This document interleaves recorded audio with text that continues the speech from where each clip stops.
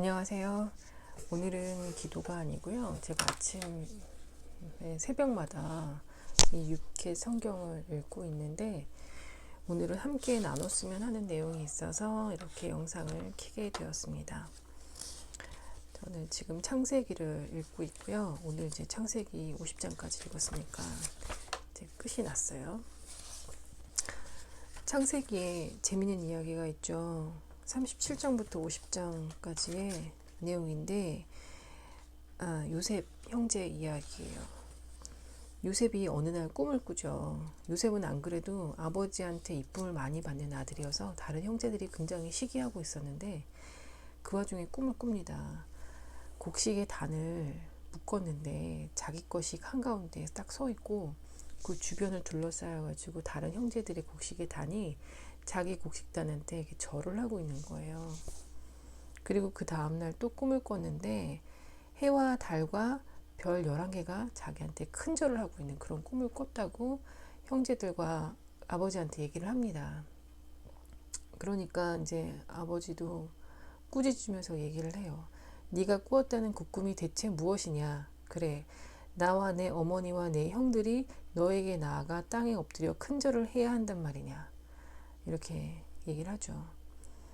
그 이후에 그 형들 무조건 이제 그 동생을 아주 시기하고 미워하고 있었어요. 그런데 이제 어느 날 형들이 아버지 양떼한테 이제 풀 뜯기로 이제 밖에 나갔어요. 그런데 이제 아버지가 요셉한테 얘기하죠. 형들이 잘 하고 있는지 보고 나한테 와서 얘기를 해달라.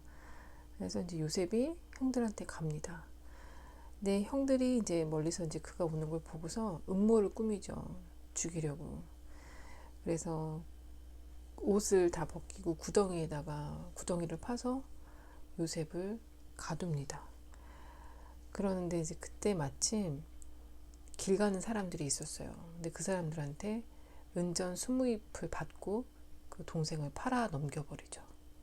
그리고 나서 그 동생의 옷에는 동물의 피를 묻혀서 아버지한테 가져갑니다.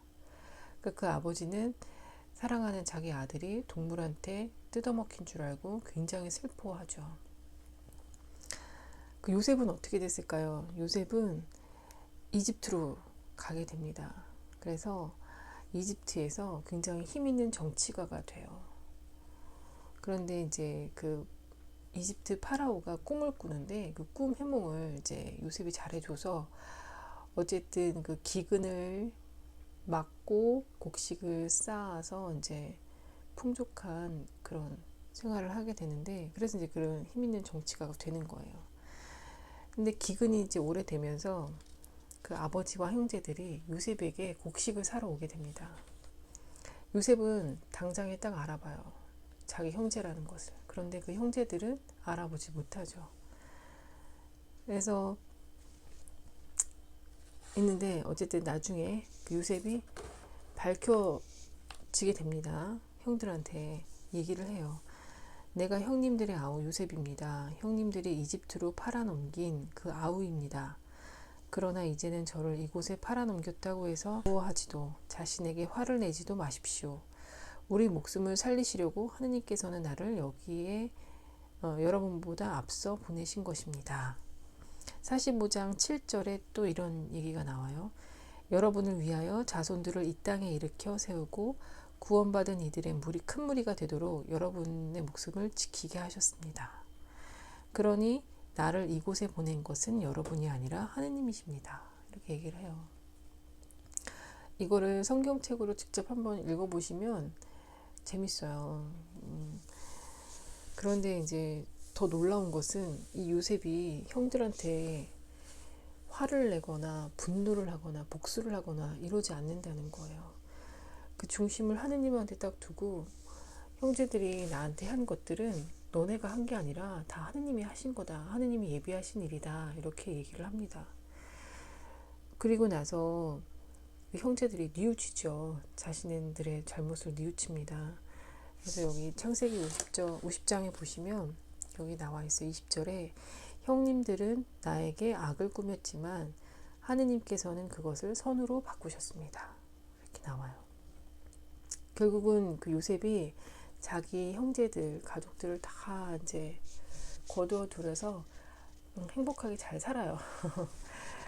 그런데 이제 여기서의 중심이 되는 내용은 이 요셉은 보면 항상 이 모든 거의 중심이 하느님이에요. 그래서 하느님이 요셉을 지켜주시죠. 제가 어제 미사를 보러 갔을 때 신부님도 그런 얘기를 하셨어요. 우리가 이 세상의 중심을 내 중심으로 하고 살게 되면 상처를 굉장히 많이 받게 되는 거예요. 우리는 사람인지라 누군가에게 무언가를 주면 받을 기대를 하게 되죠. 심지어 그게 뭐 물질적인 게 됐든 뭐 도와주는 게 됐든 뭐가 됐든 간에 내가 이만큼 해주니까 저 사람도 나한테 이만큼 해주겠지 기대를 하게 된단 말이에요. 근데 그 기대에 벗어나서 그 사람이 나한테 뭔가를 해주지 않았을 때 거기에 이제 상처를 받게 되는 거예요.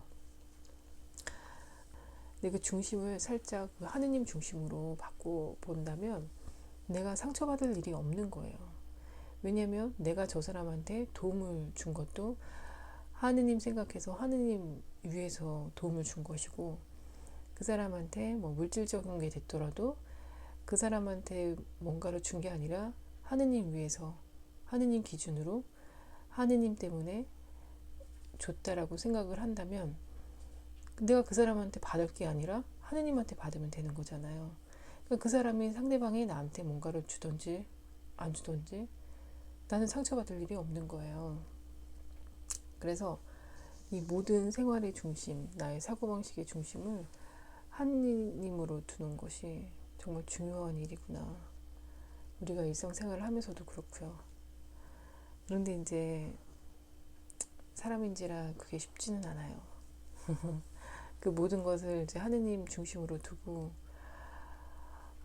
그렇게 하는 게 쉽진 않죠. 그래서 그런 은총을 내려달라고 받으려고 또 기도를 하게 되는 거죠. 기도를 하면 이제 생각이 점점 바뀌게 되는 거죠.